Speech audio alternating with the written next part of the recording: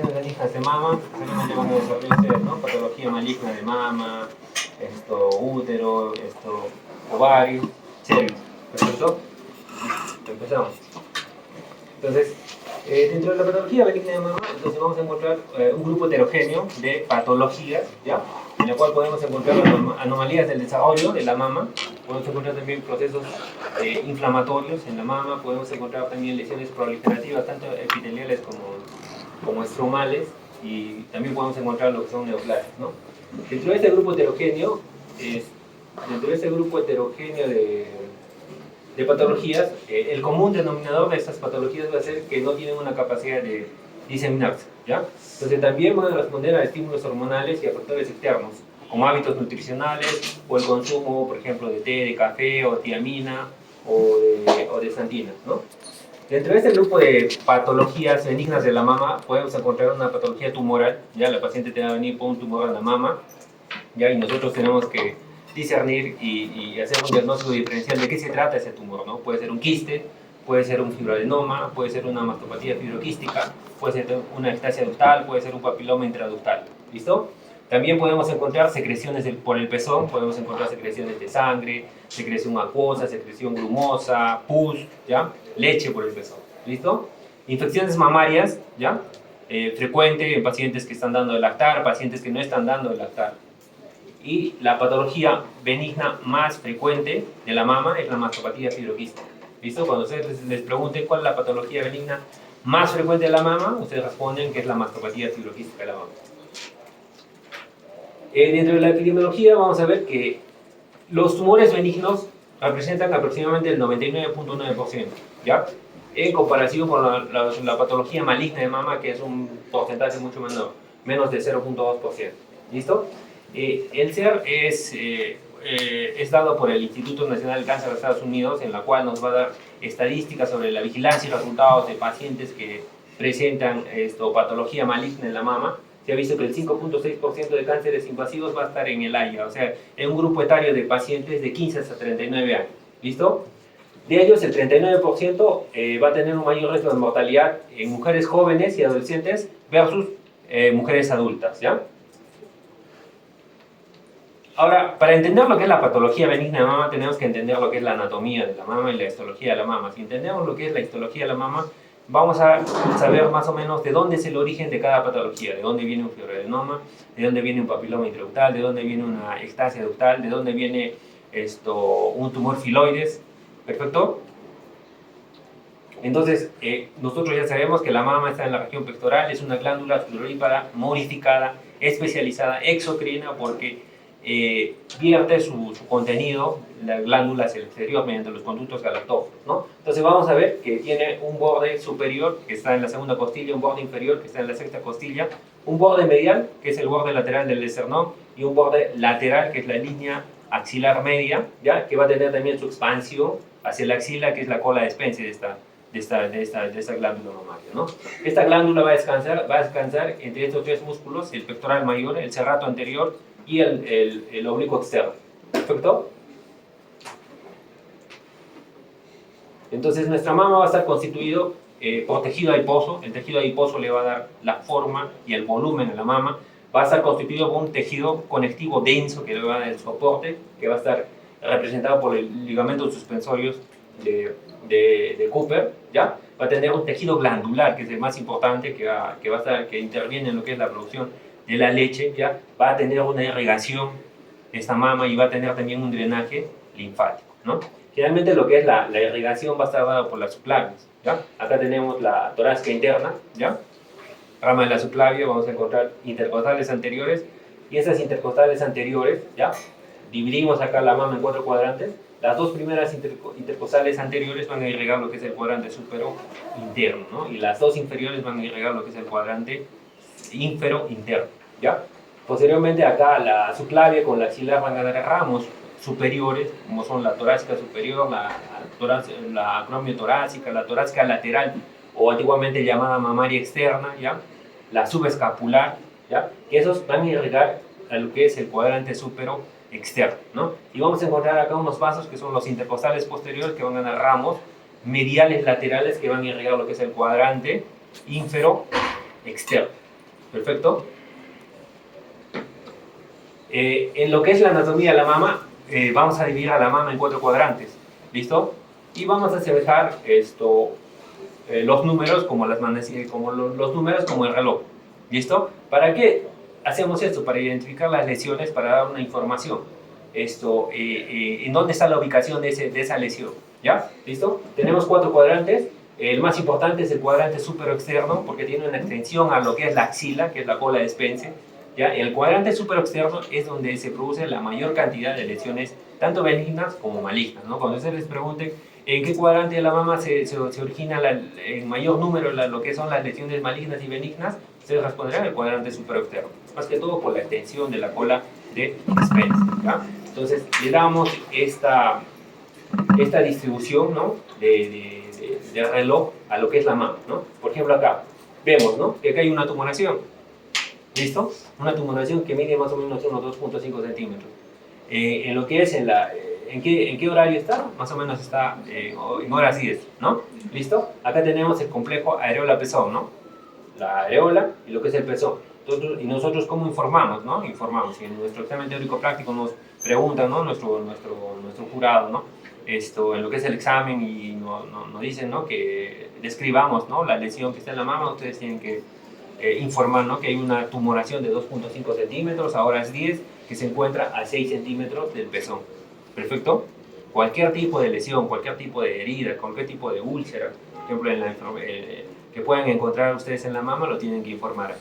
¿Listo? El drenaje linfático también es muy importante en lo que es el estudio de la mama, ¿no? En patología maligna ustedes van a ver que la principal vía de diseminación del cáncer de mama es la vía linfática, ¿ya? También se puede diseminar por vía hematógena, pero la principal es lo que es la vía linfática. Entonces tenemos que conocer más o menos qué grupos ganglionares encontramos en lo que es mama. ¿Perfecto? Vamos a encontrar los ganglios axilares, ¿ya? Que son los más importantes. En los ganglios axilares generalmente drena más del 75%. ¿Listo? Vamos a encontrar acá los ganglios paraesternales y los frénicos inferiores, ¿no? Acá vemos el A, que es de los ganglios anteriores, acá el B de posteriores, el L de laterales, el C de los ganglios centrales y acá de los apicales. ¿Perfecto? Entonces en esta imagen vamos a ver, por ejemplo, acá está cortado de lo que es el músculo pectoral mayor, acá también está cortado lo que es el músculo pectoral menor. Ya vamos a encontrar acá los ganglios linfáticos laterales o humerales. ¿Listo? Acá vamos a encontrar los ganglios linfáticos posteriores o subescapulares y los ganglios anteriores o los pectorales. ¿Listo? Más arriba encontramos los ganglios linfáticos centrales y un poco más arriba tenemos los ganglios linfáticos apicales. ¿Perfecto? Importante toda esta cadena de ganglios porque, como les dije, el 75% del drenaje va a ser en esta zona. ¿Listo? Ahora hay un término, lo que es el ganglio centinela. El ganglio centinela va a ser el primer ganglio que recibe, digamos, la linfa, ¿no? Por ejemplo, una patología maligna, ¿no? Digamos, si hay metástasis y hay compromiso del ganglio, el ganglio centinela va a ser el primero que recibe esa linfa, ¿no? Entonces, acá en patología de mama, el ganglio centinela son los ganglios anteriores o los pectorales, ¿no? Entonces, si nosotros hacemos una disección y encontramos que nuestro ganglio anterior, ya, o pectoral, está comprometido, tengo que hacer una disección ganglionar del otro grupo de ganglios, ¿no? Si no está comprometido, lo dejo ahí, ya no hago la disección ganglionar. ¿Perfecto? Hay otra forma de clasificar también lo que es los grupos ganglionares, ¿ya? Tomando como referencia el músculo pectoral menor, ¿ya?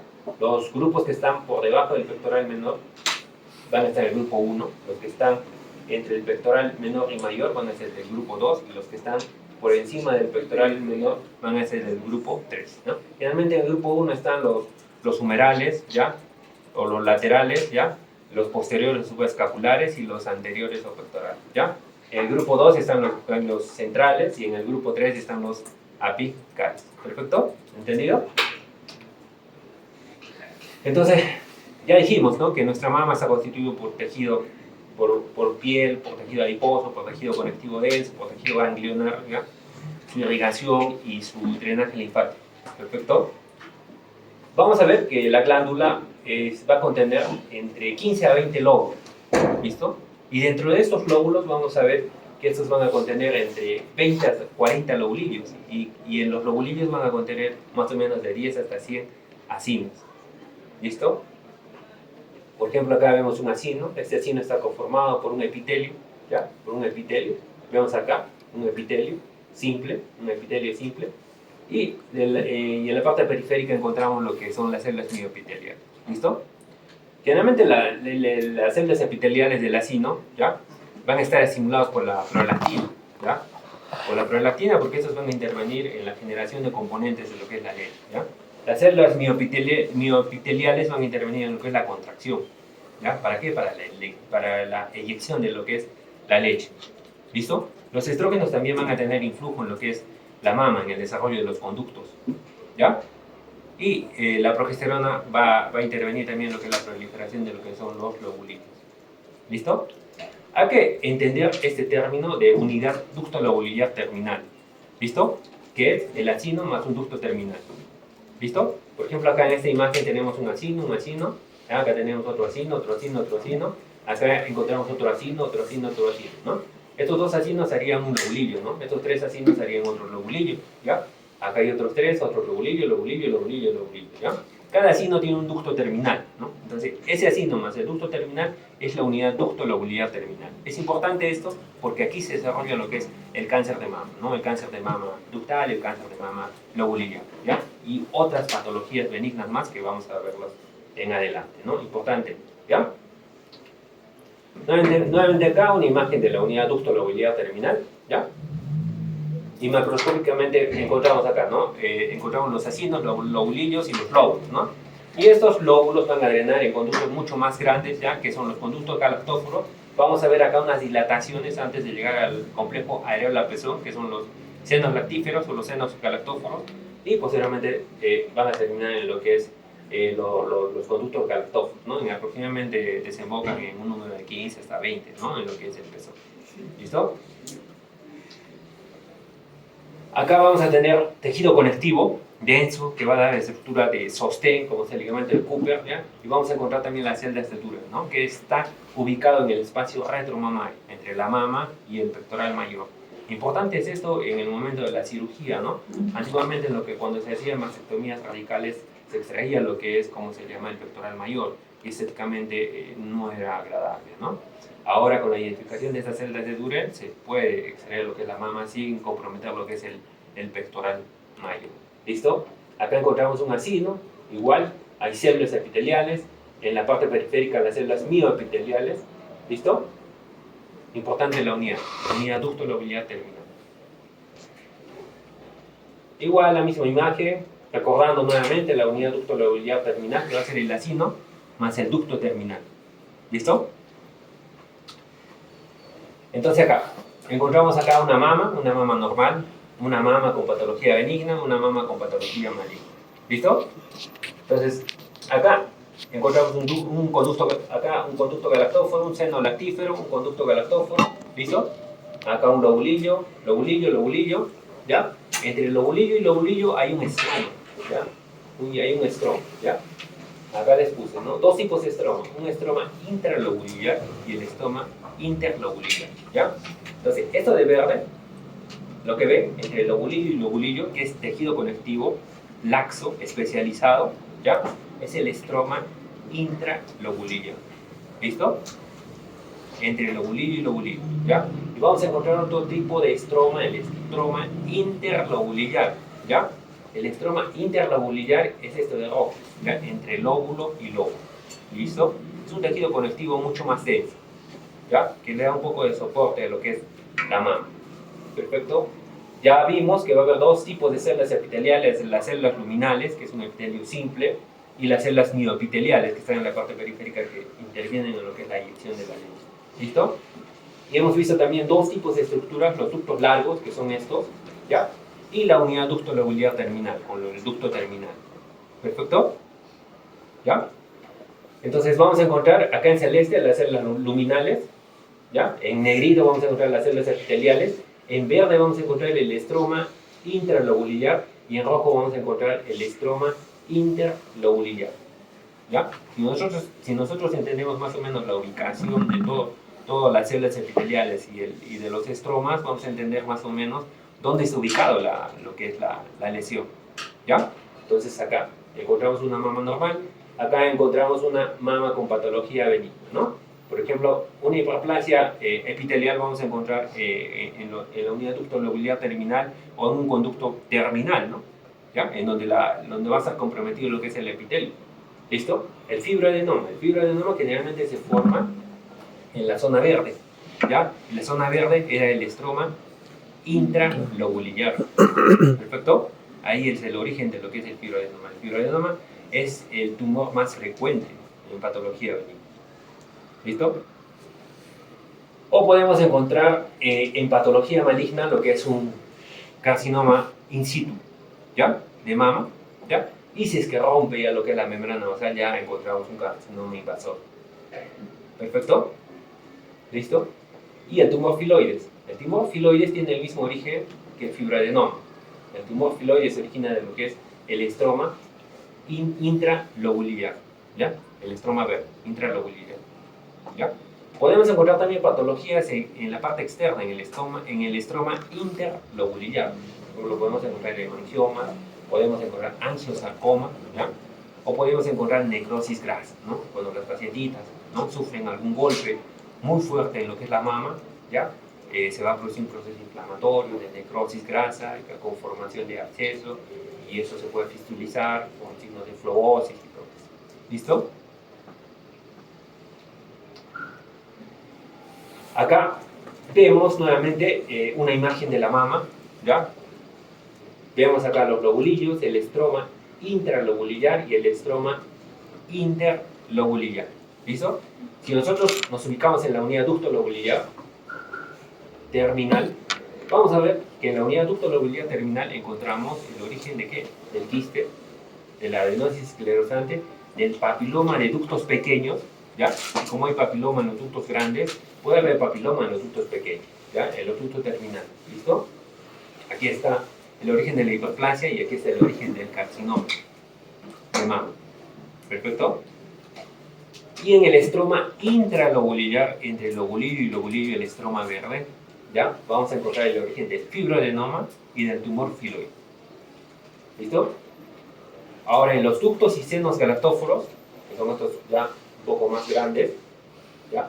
Vamos a encontrar el origen de la ectasia ductal, ¿ya? De los abscesos, ¿ya? Y de la enfermedad de Paget, ¿ya? De la enfermedad de Paget, ¿ya? Que es un tipo de cáncer, ¿no?, que llega a estar en contacto con lo que es la piel. ¿Perfecto? Y en el estroma interlobulillar, ¿ya? Entre el lóbulo y lóbulo vamos a encontrar lo que son sarcomas, lipomas y la necrosis grasa. ¿Perfecto? Entonces, viendo todo eso, ya más o menos sabemos el origen de la patología benigna de la mama, ¿no? De dónde se origina más o menos cada patología que vamos a estudiar. ¿Perfecto?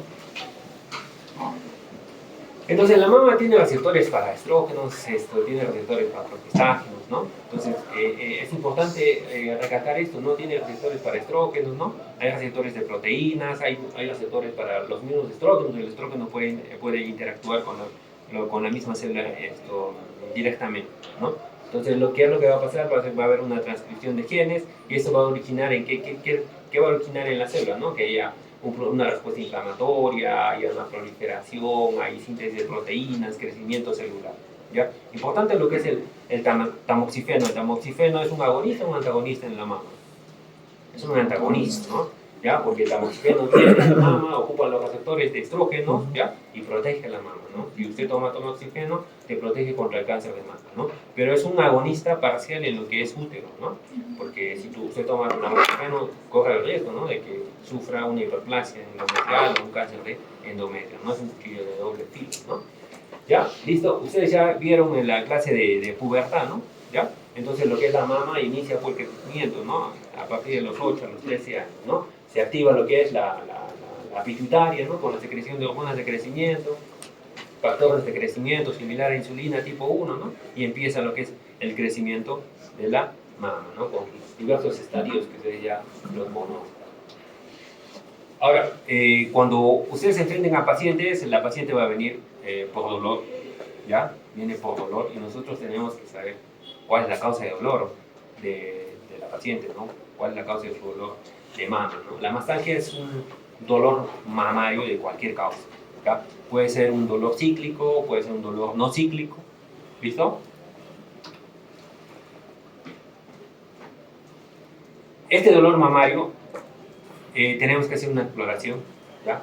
Para ver si este dolor corresponde a una patología, para una patología estructural o es algo fisiológico, ¿listo?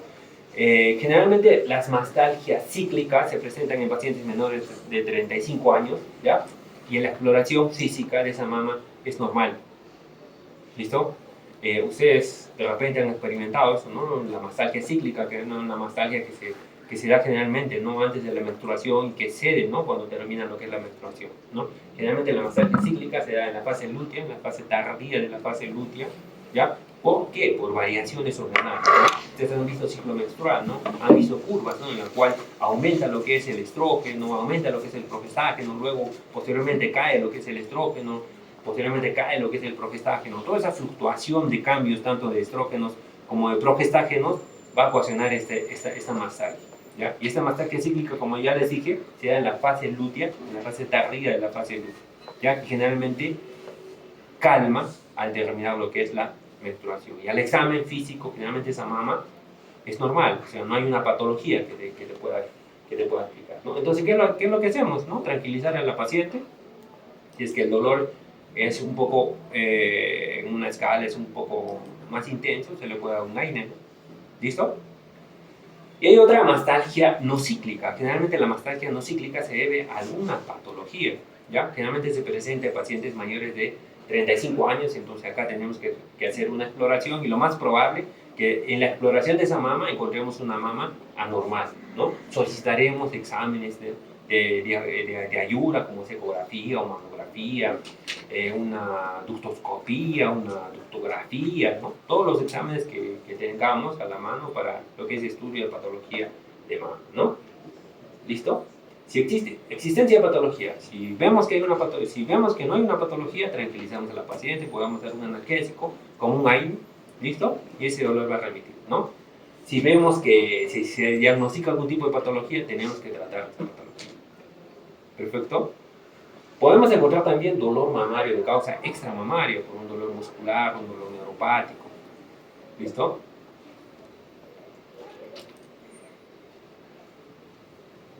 También las pacientes son ANI por secreción, por el pezón.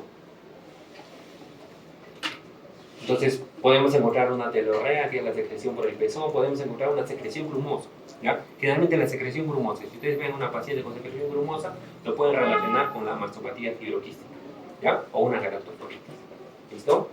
Si vemos una secreción acuosa, ¿ya? Hay que tomar esto, hay que ver muy bien todo eso, ¿no? Las características de secreción acuosa. Generalmente la secreción acuosa se relaciona más que todo con patología maligna de mama, ¿ya? Como les dije, la principal vía de diseminación del cáncer de mama es la vía linfática, ¿no? Cuando están comprometidos los ganglios linfáticos, ¿ya? Se va a secretar, ¿no? Un poco de linfa por el pezón. ¿Listo? Si hay secreción purulenta, sospecharemos de lo que es un proceso inflamatorio como una mastitis. Si hay secreciones serosas o hemorrágicas, ¿ya? Hemorrágicas, en pacientes menos de 40 años, si hay secreción hemática por el pezón, sospecharemos de un papiloma intraocular, ¿ya? Es la principal causa de telorrea sanguinolenta, el papiloma intraocular, ¿ya? Si es más de 50 años, ¿ya? Vamos a sospechar de un carcinoma de mama, ¿ya? Y galactorrea, si vemos galactorrea, tenemos que sospechar, ¿no? De estados de hiperprolactinemia, ¿no? Que eso ya es algo, ¿no? Tumores, ¿no? O medicamentos que esté consumiendo esta paciente, ¿no? Como la metoclopramida, que lo usamos bastante, ¿no? Que puede producir, ¿cómo se llama? Galactorrea, ¿ya? Entonces vamos a ver las principales lesiones benignas de la mama, ¿ya?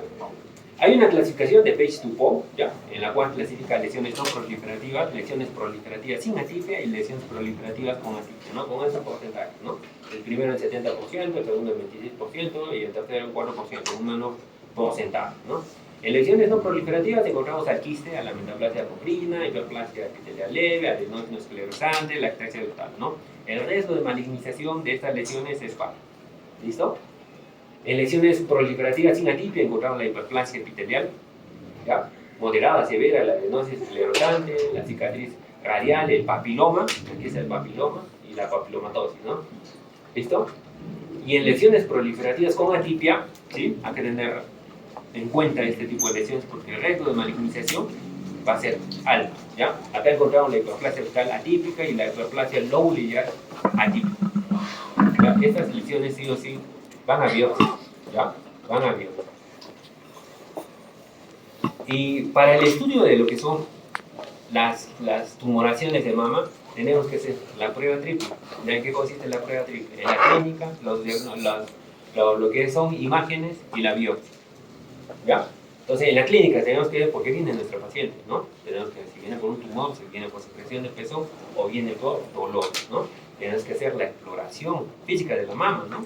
Si palpamos tumoraciones, si es que evidenciamos la salida de secreciones por el pezón, ¿no? Si hay procesos inflamatorios, ¿listo? Y después vamos a los estudios de imagen, ¿no? Podemos apoyarnos con una ecografía, podemos apoyarnos con una mamografía, podemos apoyarnos con elastografía, resonancia magnética, ductoscopía, ductografía, ¿listo? Y en la mamografía siempre hay que recoger todo esto, ¿ya? La clasificación del BIRAF, ¿no? Del 0 hasta el 6, que ustedes ya lo revisaron, yo creo, en primera fase cuando hicieron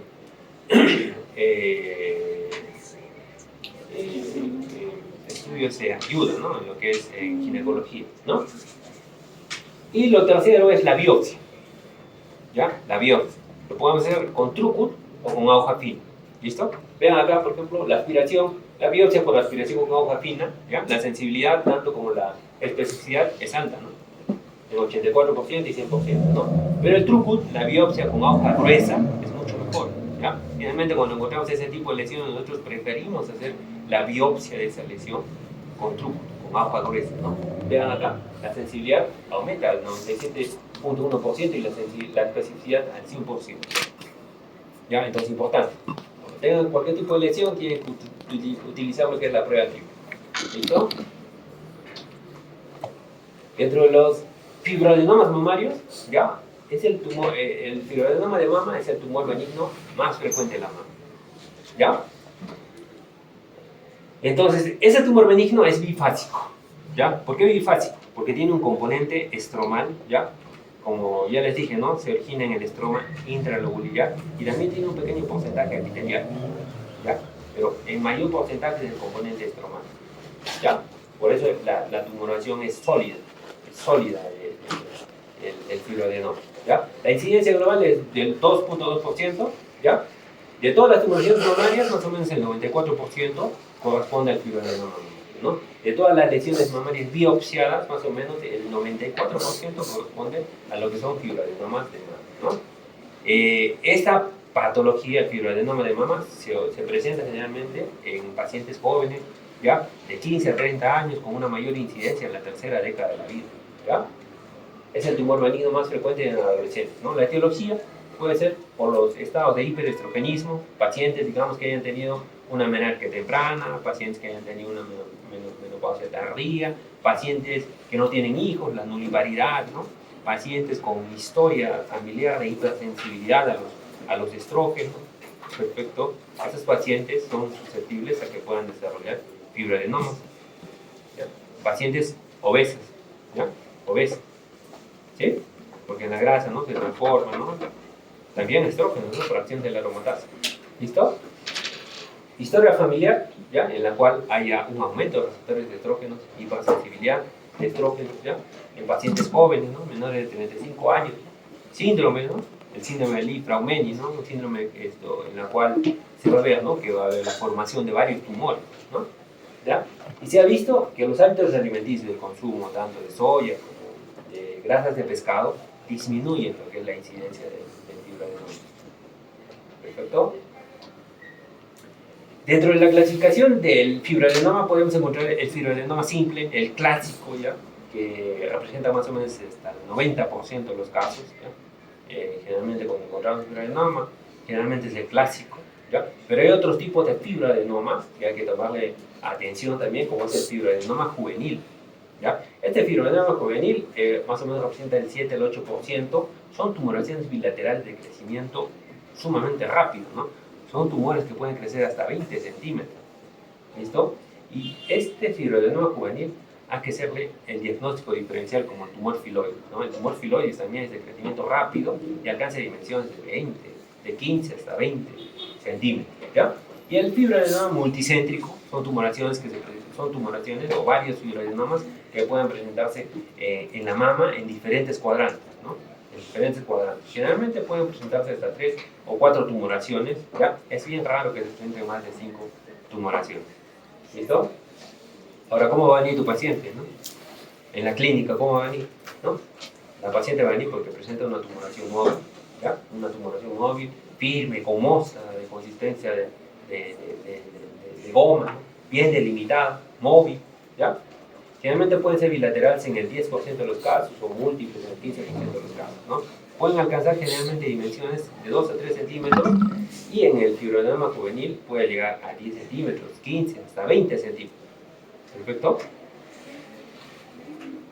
Esto puede fluctuar con el ciclo menstrual. La sintomatología, el dolor de estos fibroadenomas puede fluctuar con el ciclo menstrual. ¿Por qué? Porque son hormonodependientes, generalmente de lo que son los estrógenos. ¿Perfecto? El crecimiento en el embarazo. Puede haber un crecimiento mucho mayor de los fibroadenomas durante el embarazo, porque vemos que durante el embarazo aumentan lo que son los estrógenos, aumenta la progesterona, aumenta el lactógeno placentario, aumenta lo que es la prolactina, ¿no? Y todo esto influye, ¿no? A que este fibroadenoma crezca lo que es en el embarazo, ¿no? La regresión puede ser espontánea, 10 al 40% de los casos.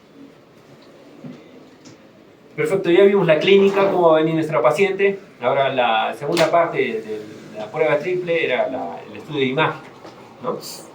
Entonces, vemos en lo que es la ecografía, vamos a ver, por ejemplo, acá hay un fibroadenoma, ¿ya? Es una tumoración sólida, avascular, tú le pones el Doppler, no hay flujo vascular, ¿ya? Está bien circunscrita lo que es la tumoración. Pueden ser redondeas, ovoideas, hipocogénicas, pueden tener una pseudocápsula, pueden presentar calcificaciones en el 10% de los casos. Si presenta calcificaciones, ya lo consideramos como un fibroadenoma complejo, ¿ya? Pero generalmente esta es la imagen que nosotros encontramos a la ecografía cuando hacemos el diagnóstico de un fibroadenoma, ¿no? Perfecto, ya hicimos la clínica, ya hicimos el estudio de imagen, ¿ya? Ahora vamos a lo que es la biopsia, ¿ya? Entonces, lo que es la biopsia, podemos hacer una biopsia percutánea asistida por aspiración, ¿ya? Generalmente en lesiones menores de 3 centímetros, comparables a una cirugía abierta, con anestesia local y guiado por una ecografía. Ya ubicamos el fibroadenoma y realizamos el procedimiento, ¿ya? Y la decisión percutánea asistida por radiofrecuencia igual, ¿no? Va a ser guiado por ultrasonografía, ya va a ser comparable también a lo que es el VAC, ¿ya? En este vamos a valorar lo que son los márgenes, ¿no? Es más rápida, ¿ya? Y presenta pocas complicaciones, ¿ya? Ahora, las características histopatológicas de un fibroadenoma, vamos a ver que el estroma es hipovascular. Por eso, cuando nosotros realizamos la ecografía, le ponemos el Doppler, no hay un flujo vascular. ¿Listo? Ya, la membrana basal va a estar intacta, ¿ya? Y va a haber una proliferación epitelial en la unidad terminal ductal única, ¿no? Ahora, en lo que es fibroadenomas complejos, vamos a ver calcificaciones epiteliales. Como les dije, ¿no? El menos del 10% tiene calcificaciones epiteliales, la consideramos como un fibroadenoma complejo, ¿no? Si encontramos en la histología, ¿no? Una metaplasia papilar apocrina, adenosis esclerosante o quistes más de 3 milímetros. En esos casos ya lo consideramos como un fibroadenoma complejo. Ahora el manejo, ¿no? Generalmente es observación, ¿ya? Generalmente los fibroadenomas son asintomáticos, ¿ya? Si el crecimiento no es rápido, ¿no? Y no hay deformidad, ¿no? En lo que es la mama, ¿no? Si no hay sospecha también de malignidad y esta tumoración es menos de 3 centímetros. ¿Listo? Ahora, cuando intervenimos, cuando esta tumoración es más de 3 centímetros, hay un aumento del tamaño, hay un dolor considerable de esta tumoración, hay distorsión de lo que es el parénquimo mamario, hay una deformidad cosmética para la paciente, ¿ya? Hay una persistencia, regresión o características de imagen de malignidad. ¿Listo? ¿Y el abordaje cómo lo hacemos? Puede ser por cirugía mínimamente invasiva o podemos optar por lo que es la cirugía, el abordaje abierto, ¿no? Por ejemplo, acá vemos un fibroadenoma, ¿no? Mira, sólido, multilobulado, ¿no? Que se está extrayendo, ¿no? Por un abordaje abierto. ¿Perfecto? Ahora, la condición fibroquística de la mama, ¿ya? Es la patología benigna más frecuente, ¿ya? De todas las lesiones benignas de mama, ¿ya? Es un trastorno benigno, es el trastorno benigno más frecuente, ¿ya? Está presente en más del 90% de las muestras examinadas por patología benigna de mama, ¿ya? Y se da en un mayor porcentaje, en más del 50% de mujeres en edad reproductiva. ¿Listo? Entonces, ¿qué es lo que vamos a encontrar? ¿Ya? ¿Qué es lo que vamos a encontrar en una condición fibroquística de la mama? ¿No? Vamos a encontrar quistes, vamos a encontrar adenosis, vamos a encontrar hiperplasia ductal, vamos a encontrar una metaplasia, ¿ya? Puede haber una hiperplasia ductal, ¿ya? Crece todas las células epiteliales, obstruir lo que es un conducto, ¿ya? Obstruir un conducto, se puede formar quistes, se puede formar adenosis, se puede formar fibrosis, ¿ya? Son bastantes lesiones que podemos encontrar en una mastopatía fibroquística, ¿ya? Acá vemos una muestra macroscópica de una mastopatía fibroquística. Podemos encontrar acá quistes, unos quistes azulados, ¿ya? Azulados, acá también hay quiste, ¿ya? Hay bastante fibrosis, ¿ya? Bastante adenosis, ¿ya? Generalmente cuando se extrae esa tumoración en una mastopatía fibroquística la vemos así, ¿ya? No es una lesión única, ¿no? Como el fibroadenoma, ¿no? ¿Ya? Hay bastantes lesiones en lo que es la condición fibroquística de la mama. Ya, ahora, ¿cuál es la etiología? ¿No? La etiología, ¿no? Se dice que hay un aumento en lo que son los estrógenos y una disminución de lo que son los prostáticos, ¿no? Aquí también juega nuevamente un rol importante en los estados de hiperestrogenismo, ¿no? En pacientes, digamos, que han tenido una menarquia temprana, pacientes que han tenido una menopausia tardía, pacientes nulíparas que no han tenido hijos, pacientes que reciben terapia de reemplazo hormonal o pacientes con hipersensibilidad a los receptores de estrógeno, ¿no? En estas pacientes se ha visto que son más susceptibles a desarrollar una condición fibroquística de la mama, ¿no? A esa teoría la llaman la teoría endocrina, ¿no? Hay también una teoría neuroendocrina, ¿no? En la cual nos dice, ¿no? Que el estrés puede condicionar también a lo que es el desarrollo de una condición fibroquística de la mama, ¿no? Hay otra teoría bioquímica también, ¿no? El consumo del té, del café, ¿no? De tiamina, ¿no? Condicionan al desarrollo de una condición fibroquística de la mama. Y en la clínica, ¿cómo se va a presentar esta paciente? Generalmente se presenta con dolor mamario, ya podemos encontrar nódulos o tumoraciones palpables, ¿ya? Va a haber una mastalgia previa al ciclo menstrual, es una mastalgia cíclica, ¿ya? Que generalmente se presenta antes de la menstruación y cede, ¿ya? Al culminar lo que es la menstruación. Y en la exploración física vamos a encontrar tejido fibrótico mamario, ¿ya? Generalmente se da en lo que es el cuadrante superexterno, ¿ya? Puede ser multifocal, puede ser bilateral, ¿ya? Podemos encontrar salida de secreción grumosa o secreción serosanguinolenta por el pezón, ¿ya? Pero generalmente la principal secreción que sale por el pezón en condición fibroquística de la mama es una secreción grumosa, ¿ya? Una secreción grumosa. Entonces ya hemos visto, ¿no? La clínica de lo que es la condición fibroquística de la mama. Ahora tenemos que ver la imagen, ¿no? ¿Ya? Tenemos que hacer un estudio de imagen para ver sí o sí es una condición fibroquística de la mama, ¿no? Entonces vamos a encontrar tejido glandular prominente, ¿ya? Tejido glandular prominente. Vamos a encontrar una tumoración no discernible, ¿no? No es una tumoración bien circunscrita como es el fibroadenoma, ¿ya?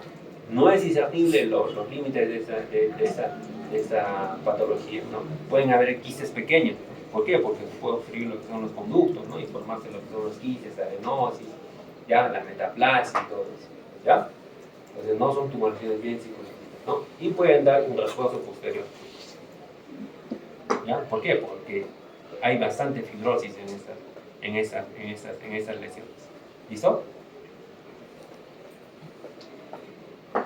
El manejo generalmente lo hacemos con AINES, ¿ya? Se ha visto que si usted le administra a una paciente con condición física de la mama un AINES, vamos a encontrar una mejoría hasta el 96% de toda esa sintomatología. Podemos administrar un ibuprofeno, un diclofenac, ¿ya?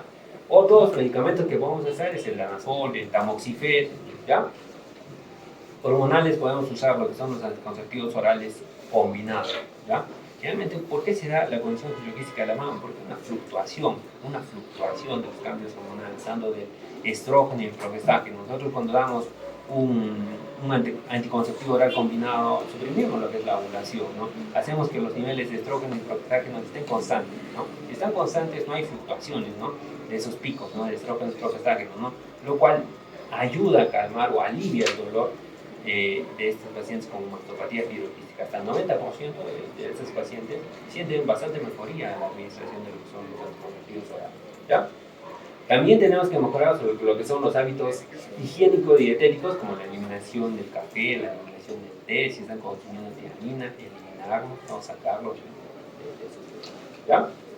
Acá un resumen de todo lo que hemos hablado de la condición fibroquística de la mama, que es la condición fibroquística de la mama, la epidemiología que se presenta generalmente en pacientes jóvenes, la clínica que le da una mastalgia cíclica, una mastodinia cíclica que generalmente es bilateral, ¿ya? Esto en la clínica, cómo podemos hacer el diagnóstico con la ecografía, ¿no? El tratamiento que podemos proporcionarle a nuestra paciente, ¿ya? Y acá vemos, ¿no? Mastopatía fibroquística, podemos encontrar factores endocrinos, ¿no? Las fluctuaciones tanto de estrógenos como progestágenos, neuroendocrinos, como lo que es el estrés, los bioquímicos, como es el consumo de té, de café, de tiamina, ¿no? Que actúan sobre la mama genéticamente predispuesta para desarrollar esta patología, ¿no? La evolución, en la primera fase vamos a encontrar mastalgia, una mastalgia cíclica. En la segunda etapa vamos a encontrar una adenosis, y en la tercera etapa ya vamos a encontrar la enfermedad fibroquística. ¿Listo? El diagnóstico lo hacemos, como ya les mencioné, hacemos primero el examen físico, los estudios de imagen, ¿no? El tratamiento, ¿no? Complementario, etiológico, invasivo, ¿no? ¿Ya? He visto también, eso preguntaron una vez, el examen de residencia, ¿no? Como tratamiento complementario, el aceite de onagro, ¿no? Para el tratamiento de lo que es condición fibroquística de la mama, ¿no? Los anticonceptivos orales combinados, el progestágeno, parches de progestágeno que podemos ofrecerle a la paciente, le va a aliviar bastante lo que es la mastalgia de la condición fibroquística. ¿Ya? Ya invasivo, ya puede ser punción o aspiración de los quistes, o una cirugía, ¿no? Una tumorectomía para sacar toda esa condición fibroquística de la mama que le molesta, que le causa molestia a la paciente. ¿Listo? Ahora estamos en los ductos, lo que es la ectasia ductal de la mama. Entonces, esos son los ductos con el tejido, con las células epiteliales, ¿ya?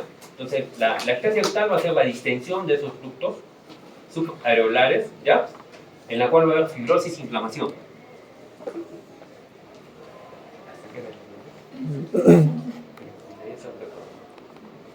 ¿Ya? Entonces, en la clínica generalmente vamos a encontrar terrolea cero sanguinolenta, transparente, la exploración física va a ser una tumoración palpable, secreción cero sanguinolenta por el pezón. ¿Listo? Igual, en la ecografía vamos a encontrar ramificaciones extendidas, ¿ya? Dilataciones de estos conductos, pueden haber dilataciones más de 2 milímetros de diámetro. Vamos a encontrar estructuras tubulares, ¿ya? De contenido anecogénico, ¿no? Porque los conductos tienen contenido líquido y en la ecografía se ve como anecogénico, ¿ya? Y el manejo, generalmente, observación, la resolución es espontánea en la mayoría de los casos, ¿ya? Y el tratamiento quirúrgico puede ser la exéresis, ¿no? de los conductos terminales, ¿no? La otra patología es el papiloma intraductal, ¿ya? El papiloma intraductal. Ya son tumoraciones dentro del conducto similar al que es el pólipo endometrial, ¿ya? Es una tumoración proliferativa, ¿ya? Papilar del epitelio ductal, ¿ya? Es rara y benigna, ¿no? Es más o menos similar de consistencia a un fibroadenoma, ¿ya? Entonces, en la clínica generalmente vamos a encontrar una tumoración móvil, múltiples quistes, puede haber una telorreo unilateral sanguinolenta, ¿ya? cuando los usuarios les preguntan la secreción sanguinolenta, es más característico del papiloma intraductal, es el crecimiento rápido. La citología tenemos que distinguirlo lo que es con la condición fisiológica de la mama, y tenemos que hacer diagnóstico diferencial con lo que es la ectasia. La ectasia también te puede ocasionar una telorrea sanguinolenta, pero más característico es el papiloma intraductal, la telorrea sanguinolenta, o el diagnóstico de algún adenoma en lo que es la mama, ¿ya? En la ecografía vamos a encontrar ya un nódulo bien definido, vamos a ver una dilatación ductal, ¿ya? Una tumoración intraductal, ¿ya? Delineada por líquido del conducto, ¿ya? Y formación de quistes, ¿no? Y va a haber un tallo vascular, igual que el pólipo endometrial, que tiene una circulación central, igualito vamos a ver un tallo vascular. El manejo generalmente es la decisión quirúrgica con márgenes negativos, ¿no? Y ya, va a haber una monitorización, porque el papiloma intraductal está relacionado con patología maligna, ¿no? En menos del 1%, ¿ya? Entonces puede ser también lesión precursora de alto riesgo, ¿no? Como una lique, un carcinoma in situ, un carcinoma ya invasor, ¿ya? Los abscesos mamarios ya son colecciones de líquido infectado dentro de uno, ¿ya? Puede ser central en el 90% de los casos, periférica en el 10% de los casos. Agentes etiológicos, el Staphylococcus aureus en el 80% de los casos. El Streptococcus anaerobios, el Staphylococcus meticilino resistente. ¿Ya? Todos son los agentes causales de procesos inflamatorios en lo que es la mama, ¿no? Una vez preguntaron el absceso de la glándula Montgomery, está el agente etiológico es la Pseudomonas aeruginosa. ¿Listo? ¿Ya? ¿Cuál es la fisiopatología? Es que estos abscesos pueden ocasionar lo que es fístula hacia la piel, ¿no? Entonces bloquea los ductos por tumoración, va a haber infección, va a haber una mastitis, un absceso mamario, va a haber penetración de la pared ductal por líquidos, va a haber fiebre, dolor local y aumento de sensibilidad. ¿Listo? En la clínica vamos a ver acá unas tumoraciones induradas, blandas, tumoraciones eritematosas, fluctuantes, va a haber dolor, aumenta la sensibilidad, puede haber adenopatías dolorosas por la misma inflamación y puede haber fiebre, ¿ya? Y en la ecografía vamos a ver tumoraciones quísticas, simples, complejas, con paredes de grosor variable, y va a haber una vascularidad periférica por el proceso inflamatorio. El manejo, antibiótico terapia, ¿ya? Y en el peor de los casos, ya quirúrgico, con aspiración, con aguja, o el drenaje. El manejo, acá les traigo, ¿no? La antibiótico terapia que se puede usar, ¿no? En casos de pacientes, ¿no? Que sean estafilococos meticilino resistentes, ¿ya? Ciclofecilina, ¿no? Generalmente se da por 4 a 7 días, ¿no? Si es un estafilococo meticilino resistente, hay que completar el tratamiento hasta 14 días. ¿Listo? La enfermedad del mundo es una tromboflebitis, ¿no? De las venas torácicas, ¿no? Generalmente en esta patología se observa nada más, se puede dar analgésicos, medidas físicas en esa zona, ¿no? Que cede espontáneamente. El tumor filoides, ¿ya? Es un tumor muy similar a lo que es el fibroadenoma, ¿ya? Tienen el mismo origen en el estroma intralobular, ¿ya? La celularidad estromal aumentada y tiene la arquitectura de esta hoja, ¿no? Por eso se le denomina tumor filoides, ¿ya? Se presenta generalmente en pacientes de 40 hasta 50 años, ¿no? Y pueden presentarse a partir de los 10 años, ¿no? Pero el pico de incidencia es a los 40, a los 50 años, ¿ya? Del tumor filoides, ¿ya? La etiología puede ser parte de un síndrome de Picameni, de un trauma, lactancia, puede ser por embarazo, por estrógenos, ¿ya? Y la OMS lo clasifica, ¿no? Como tumor filoides benignos, ¿ya? Los borderline y los malignos, ¿ya? Acá encontramos los benignos, ¿ya? Del 60 hasta el 75%, los borderline hasta el 25% y los malignos menos del 5%. En todos los casos del tumor filoides el tratamiento es quirúrgico, ¿ya? El tratamiento es quirúrgico, ¿ya? Entonces, vamos a encontrar, como ven en la imagen, tumoraciones unilaterales firmes, no dolorosas, ¿ya? Va a haber un estiramiento de lo que es la piel, porque son tumores sumamente grandes, ¿ya? Va a haber venas superficiales, pueden llegar hasta 45 centímetros, toda la mama, pueden deformar toda la mama, ¿no? Puede haber telorrea ocasional y puede haber compromiso en lo que es los ganglios linfáticos, ¿ya? Diagnósticos diferenciales tenemos que saber con el fibroadenoma, porque tienen el mismo origen, por un sarcoma, por un tumor estromal periductal o un carcinoma metaplástico. ¿Ya? En la ecografía vamos a encontrar esa tumoración hipoecoica parcialmente indistinta, circunscrita, con refuerzo posterior. ¿Ya? Si es maligno va a tener un componente quístico, va a tener vascularidad de lo que es el toque. ¿Ya? Y en la mastografía va a haber una tumoración densa, redondeada, lobulada, con márgenes circunscritos o indistintos, ¿no? Puede presentar o no calcificación, ¿no? Y en la resonancia magnética, ¿ya? Cuando el ultrasonido no es concluyente, cuando hay sospecha de malignidad, o cuando las lesiones son un poco más profundas, ¿ya?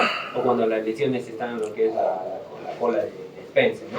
O cuando esta paciente presenta lo que es implantes mamarios, ¿no? El manejo generalmente va a ser la decisión local amplia o una decisión total de esa lesión, ¿ya? ¿Listo? Y la confirmación va a ser con histopatología, ¿ya? El pronóstico es muy bueno, ¿ya? La supervivencia a los 10 años es del 87%, ¿ya? Y la mayoría de los tumores benignos son de bajo riesgo, ¿ya? De recurrencia, ¿ya? Dentro de las complicaciones del tumor filoides, generalmente va a ser la recurrencia local hasta el 21%, ¿no? Dependiendo, ¿no? Si fuera un tumor filoides benigno, un borderline o un maligno, ¿no? Las metástasis a distancia pueden presentarse a lo que es a pulmón, tejido óseo, cerebro, hígado y corazón, ¿no? Todo este manejo es multidisciplinario, ¿ya? Tanto con ginecología, oncología médica, ginecología oncológica. ¿Listo? Entonces, eso sería lo que es patología benigna de mama, ¿ya?